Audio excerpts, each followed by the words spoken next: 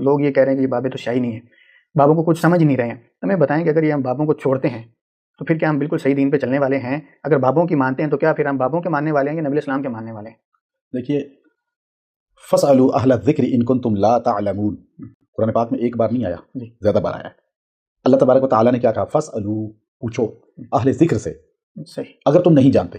اہل علم سے نہیں کہا، ہاں بات سمجھیں، اہل علم کہا جاتا نا، فَاسْأَلُوا أَهْلَ الْعِلْمِ، ہم کس سے مسئلہ پوچھیں گے؟ اہل علم سے۔ لیکن اللہ نے نہیں کہا، اللہ نے کہا اہل ذکر سے پوچھو۔ اہل علم جو ہے سارے خیر والے نہیں ہوتے، اللہ اکبر، اہل علم شیطان کے پاس بھی بہت ہے۔ ہاں، اہل علم کا نہیں، ورنہ شیطان سے بڑا عالم کون ہے؟ اور وہ تو دلائل دینے میں بھی بادشاہ تھا۔ اصل بات یہ ہے، یہ جو میڈیا پہ لوگ آتے ہیں نا، یہ اہل علم بنے ہوئے ہیں۔ ہاں، اہل علم کا نہیں، ورنہ شیطان سے بڑا عالم کون ہے؟ اور وہ تو دلائل دینے میں بھی بادشاہ تھا۔ اصل بات یہ ہے، یہ جو میڈیا پہ لوگ آتے ہیں نا، یہ اہل علم بنے ہوئے ہیں۔ ابلیس کے بارے میں ایک بات مشہور ہے کہ وہ بہت بڑا عالم تھا اور بہت بڑا اللہ والا تھا، کیا یہ درست ہے؟ بیسیکلی سو کارڈ جو اللہ والے بنے ہوئے ہیں نا، جن کو علم سے چڑ ہے، انہوں نے یہ زیادہ بات مشہور کی ہے کہ جی علم کوئی چیز نہیں۔ دیکھو ابلیس بھی بہت بڑا عالم تھا، جاہل تھا ابلیس، گمراہ ہوا ہے۔ عالم وہ ہوتا ہے جو اللہ کی بات سے انکاری ہو جائے، جاہل ہوتا ہے۔ اور بڑی بڑی وہ سٹوریاں بنائی ہوئی ہیں جی وہ یہ تھا وہ تھا، صرف علم کو نیچا کرنے کے لیے۔ عالم نہیں تھا وہ، صرف سجدے کرنے والا ایک عبادت گزار تھا۔ ٹھیک ہو گیا جی۔ باقی یہ جو کچھ بنایا ہے نا، فرشتوں کا بھی استاد تھا، کہیں نہیں لکھا ہوا، دکھائیں کس حدیث کس آیت میں لکھا ہے فرشتوں کا استاد تھا؟ ہاں یہ تھا فرشتوں کے ساتھ تھا وہ، یعنی وہ جنات میں سے ایک ایسا جن تھا جو فرشتوں کے ساتھ تھا عبادت گزاری اور سارے معاملات میں۔ ٹھیک ہو گیا جی۔ تو یہ علم کو نیچا کرنے کے لیے بات کی جاتی ہے، کیونکہ قرآن میں انما یخشی اللہ من عبادہ العلماء، اللہ کی خشیت اور معرفت صرف اہل علم کو ہے۔ قرآن میں ہے قل هل يستوي الذين يعلمون والذين لا يعلمون انما يتذكر اولو الالباب، فرماؤ علم والے اور بغیر علم والے برابر نہیں ہو سکتے، نصیحت تو نہیں حاصل کرتے مگر علم والے۔ پھر نبی علیہ السلام کو کیا دعا دی گئی ہے؟ اے اللہ میری بزرگی میں اضافہ کر دے، نہیں میرے علم میں اضافہ کر دے، قل رب زدنی علما۔ تو سارے کا سارا معاملہ علم کے گرد چلتا تھا، انہوں نے کہا نہیں علم بس کریو یار، کہتے ہیں نا، کیونکہ علم سیکھ نہیں سکتے۔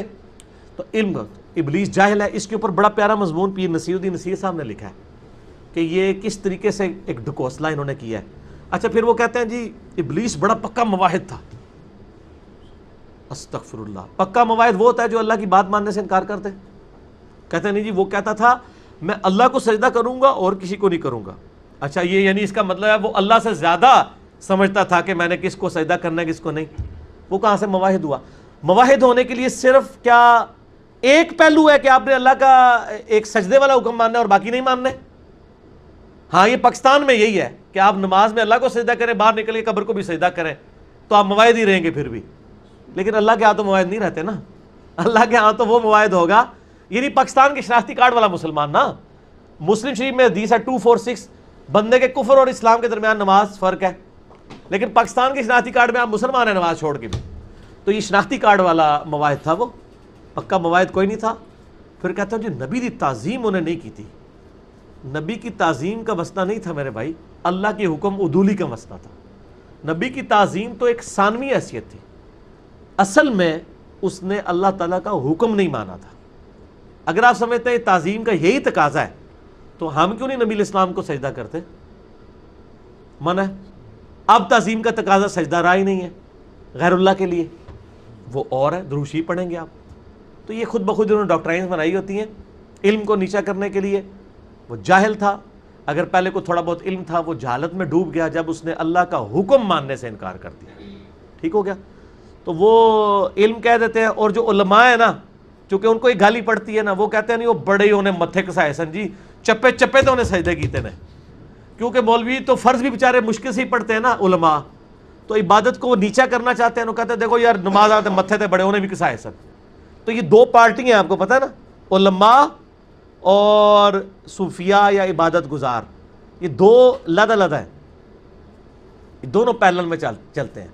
وہ کہتے ہیں ایسے مولوی ہے نا، کسی کی توہین کرنی ہو نا کسی بزرگ نے، کہتا ہے مولوی ہے، معرفت شرفت کوئی نہیں، اور مولوی جڑے نے وہ، اور اسی لیے وہ پیر نصیر الدین صاحب کی آپ تقریریں سنیں نا، وہ کہتے سن اپنی گدی نش والوں کو کہتے تھے کہ اللہ دے بندے ہو تسی لوگوں کی رہنمائی کر رہے ہیں, آپ لوگ پیر بنے ہوئے ہیں, تقریر کے لیے مولوی کیوں بلاتے ہیں؟ آپ خود عالم نہیں ہے نا, تو جس کے پاس علم ہی نہیں وہ پیر کیوں بنا ہوا ہے؟ وہ کہتا میں دیکھا میں عالم بھی ہاں تو پیر بھی ہاں. وہ اپنے ساتھ والی گدی والوں کو مینا مارا کرتے تھے اس چیز کا کہ تقریریں مولوی, اور دیکھ لیں جتنے پیر ہیں تقریریں مولویوں سے کرواتے ہیں, خود ان میں سے اکثر کی کمپیٹنسی نہیں ہوتی ہے تقریر کرنے کی. تو چھڑے پیر بھی نہ بنو, چھڑے عالم بھی نہ بنو, دو ہی چیزیں بنو, ٹھیک ہے, لیکن پیر بن کے اللہ کی طرف لوگوں کو بلائیں, اپنی عبادت نہ کروائیں, ٹھیک ہے نا, ورنہ آپ پیڑ ہوں گے. پیڑ کہتے ہیں نا درد ٹیڈے جنہوں, پیر بنے. ویسے عربی میں تو پیر ہے ہی نہیں ہے نا, عربی میں پے نہیں ہوتا, ٹھیک ہو. وہ اعوذ باللہ من الشیطان الرجیم, بسم اللہ الرحمن الرحیم.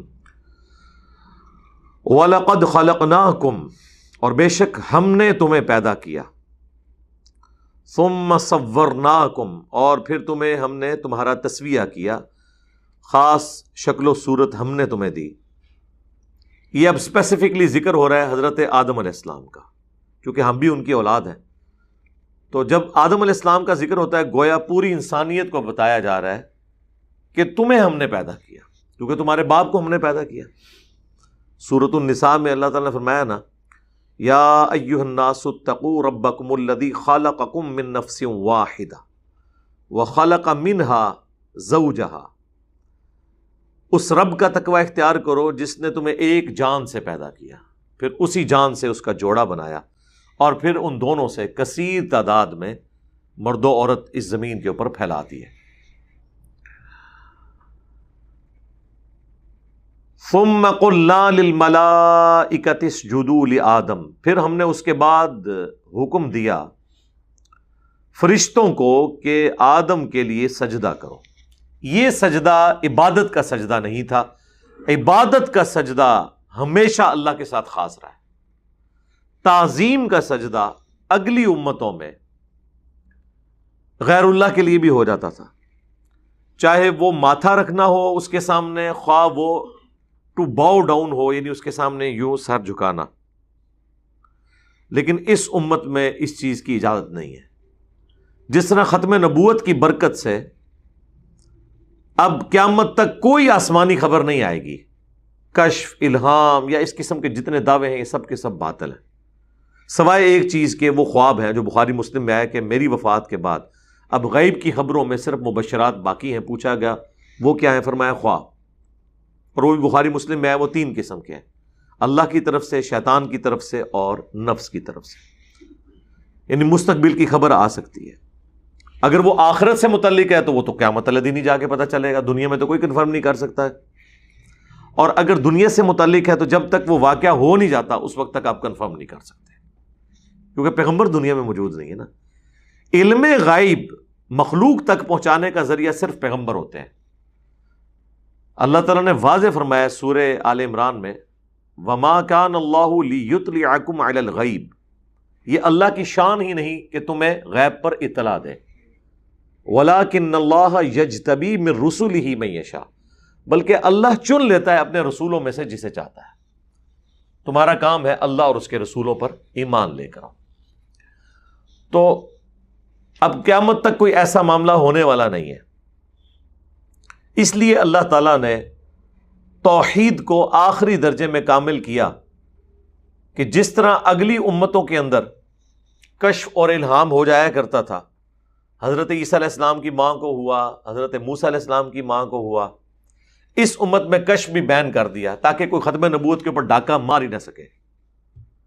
کسی کی جرت ہی نہ ہو کہ ختم نبوت کے اوپر ڈاکہ مارے. کشف الہام کے نام کے اوپر یا امتی نبی کے نام کے اوپر, جس طرح غلام احمد قادیانی دجال نے کیا, یہ دروازہ بین کر دیا. اسی طریقے سے توحید کے حوالے سے بھی آخری درجے میں اللہ تعالیٰ نے یہ چیز اسٹیبلش کر دی کہ سجدہ تعظیمی جو عبادت کا نہیں ہوتا تھا, رسپیکٹ کا ہوتا تھا, اگلی امتوں میں جائز تھا, وہ بھی اس امت میں حرام کیا تاکہ کوئی یہاں سے بھی دروازہ نہ کھول لے شرک کا. کیونکہ اب کسی نبی نے تو قیامت تک نہیں آنا, توحید میں اگر اب رکھنا ڈلا تو اس رکھنے کو کون فیل کرے گا.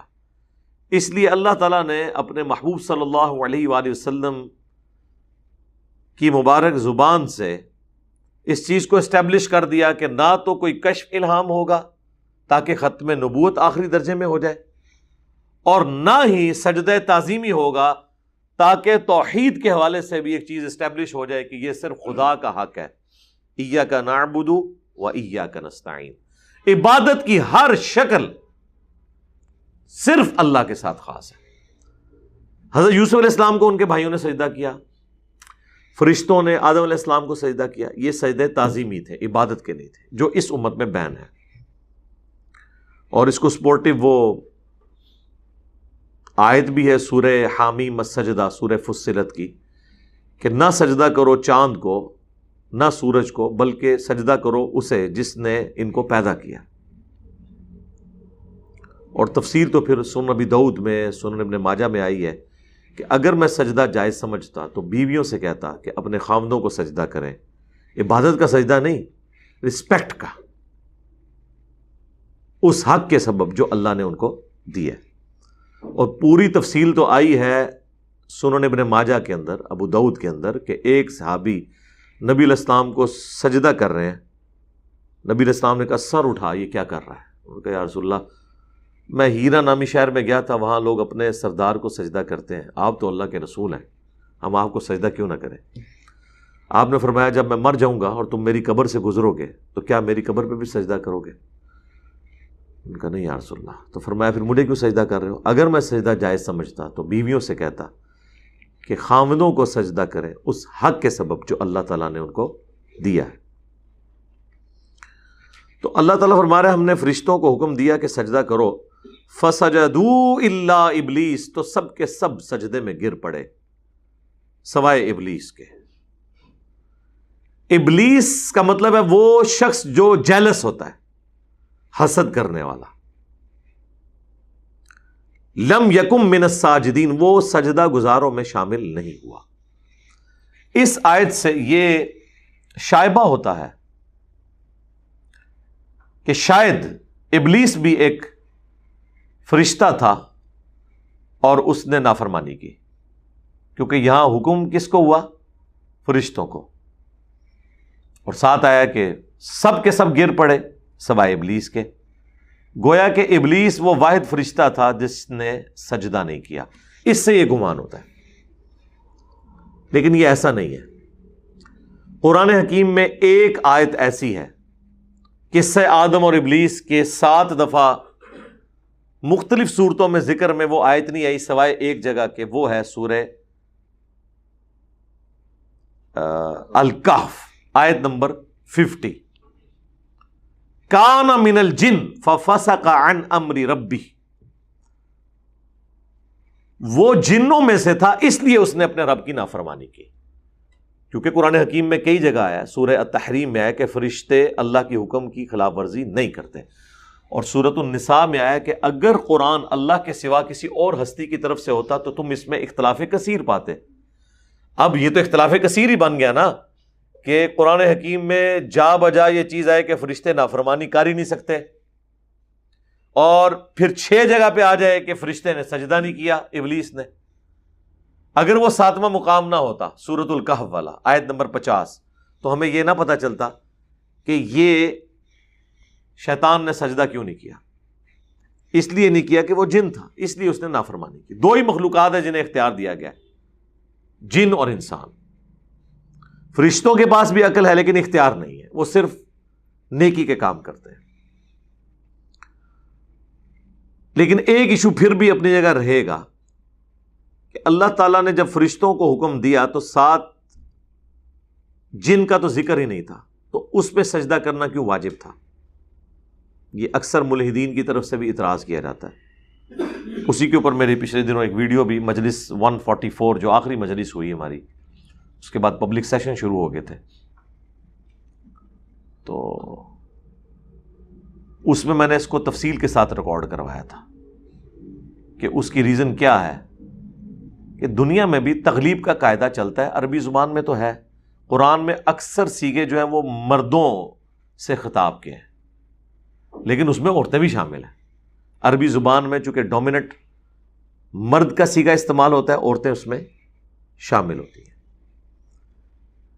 آج کی دنیا میں بھی اگر ایک ایسی کلاس ہے جس میں 50 اسٹوڈنٹس میں سے 49 میل ہیں اور ایک فیمیل، اور کلاس کا ریپریزنٹیٹو کلاس میں جب ٹیچر انٹر ہو اور وہ کہے بوائز اسٹینڈ اپ، تو اس کا یہ مطلب نہیں ہوگا کہ وہ جو اکیلی لڑکی ہے اس نے استقبال میں کھڑے نہیں ہونا، وہ ڈومیننٹ سیگا بولے گا نا۔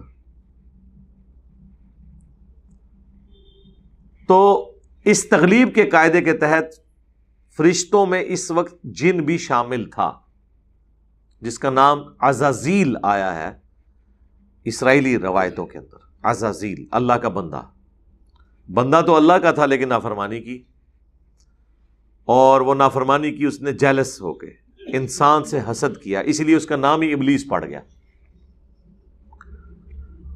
اور تیسری بات اس کو سپورٹیو جو ہو سکتی ہے وہ یہ ہے کہ آگے ہی چل کے آئے گا کہ اللہ تعالیٰ نے اس کی نافرمانی کا سبب بھی اس سے پوچھا ہے، تو اس نے کلیریفائی کیا ہے کہ میں نے سجدہ کیوں نہیں کیا۔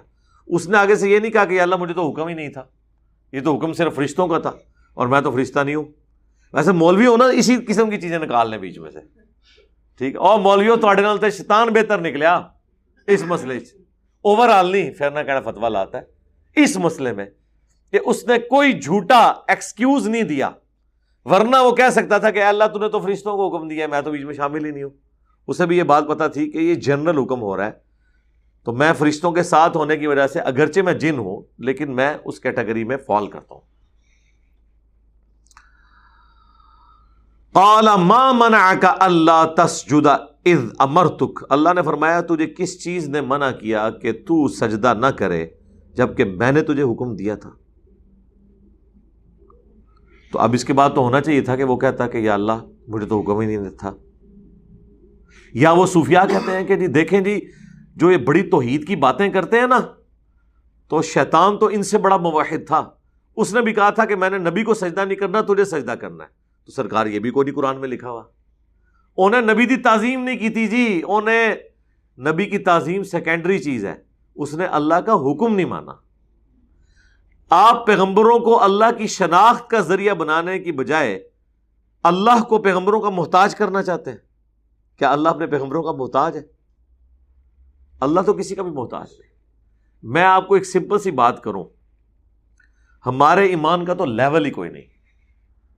کوئی شخص ہمیں آ کے یہ کہے نا کہ دین آپ کا محتاج ہے یا اسلام آپ کا محتاج ہے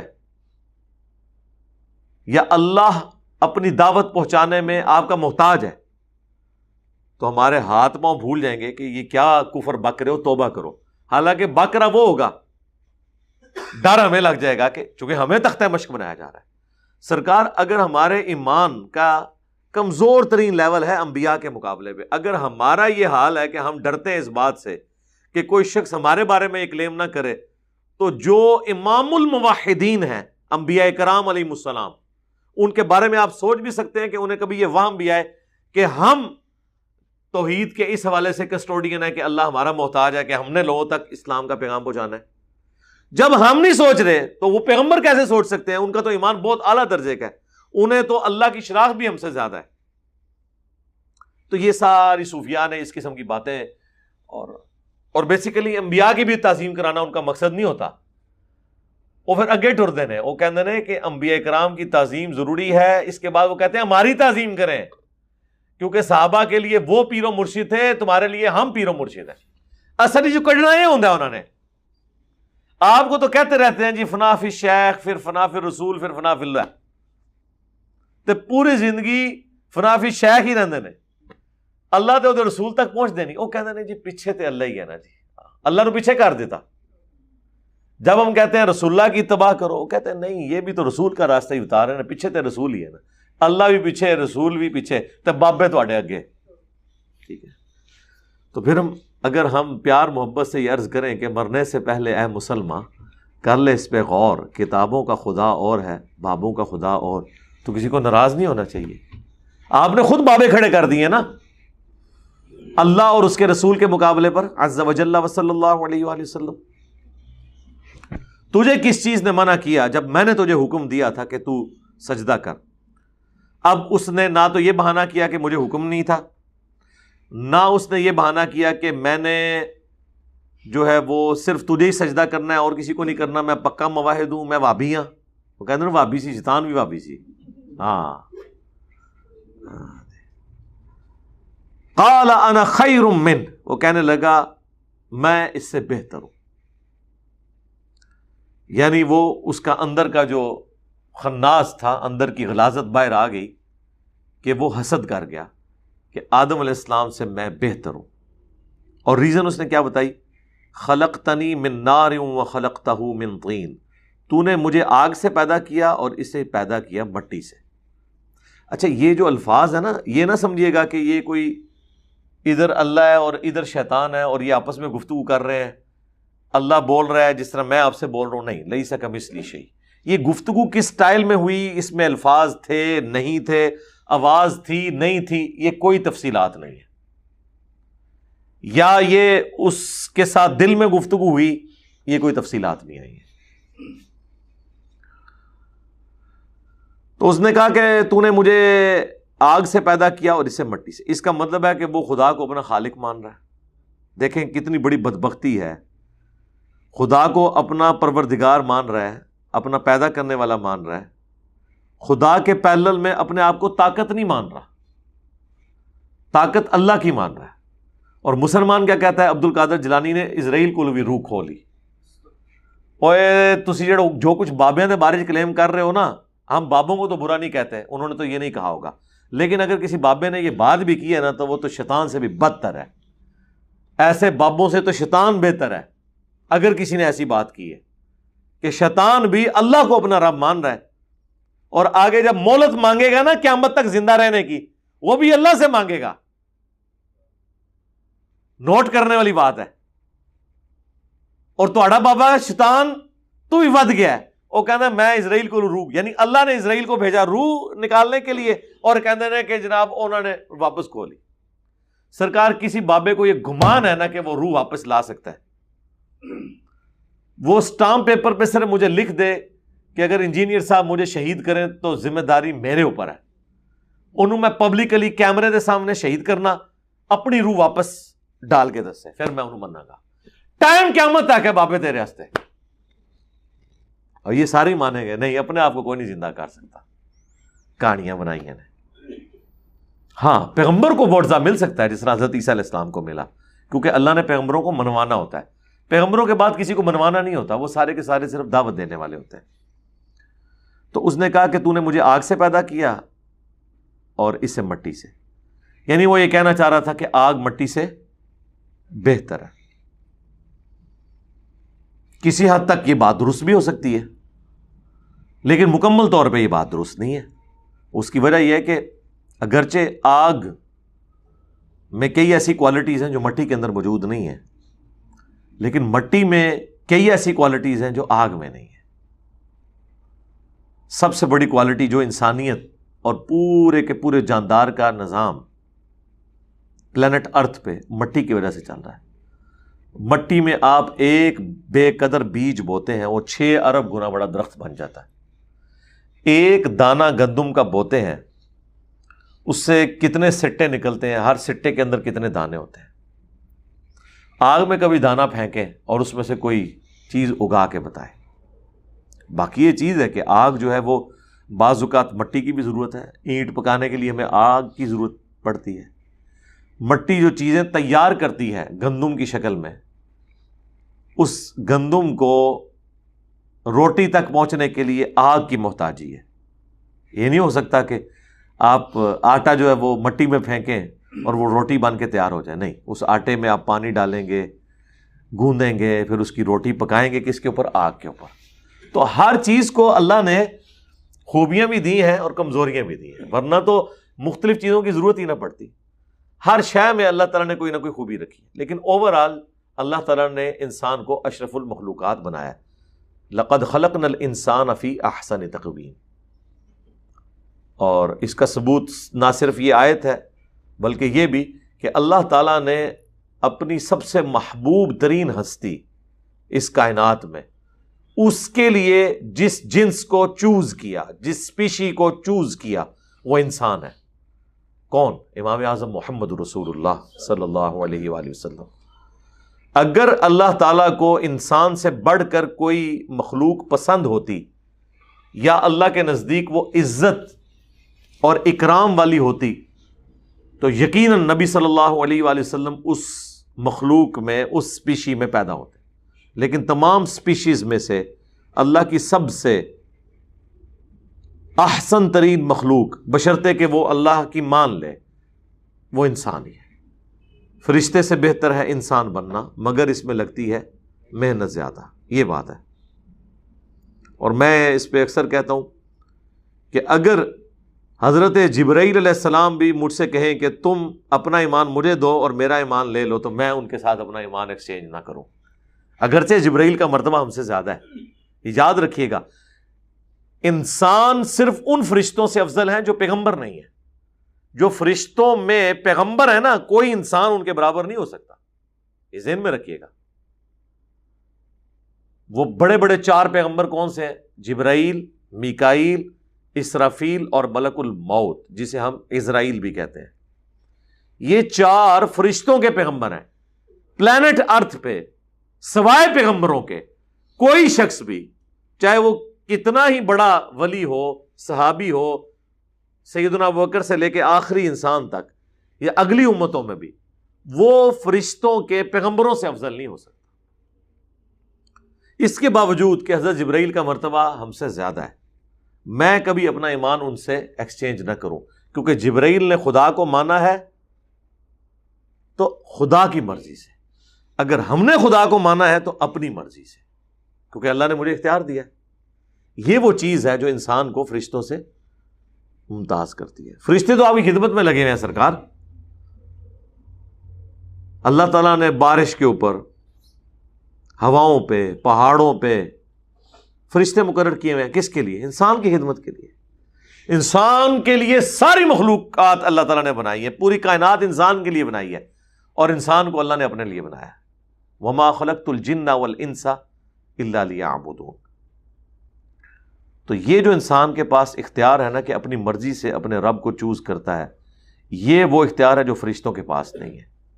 یہ بہت بڑی چیز ہے اگر انسان اپنی اہمیت کو سمجھ لے۔ اب ہونا تو چاہیے تھا کہ اللہ کا حکم ہے، وہ یہ آرگومنٹ ہی نہ دیتا کہ آگ بہتر ہے یا مٹی۔ آگ بہتر بھی ہوتی، تب بھی اللہ نے جب حکم دیا تو باقی ساری چیزیں ختم ہوگی۔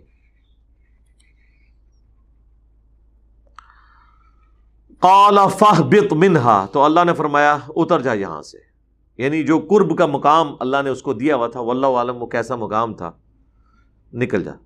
فما یکون لک ان تتکبر فیہا، تیرے لیے ہرگز یہ مناسب نہیں کہ تو اب غرور کرے یہاں رہتے ہوئے، یعنی تو اللہ کا نافرمان، کوئی بادشاہ بھی اپنے کسی نافرمان وزیر کو اپنے پاس نہیں رہنے دیتا۔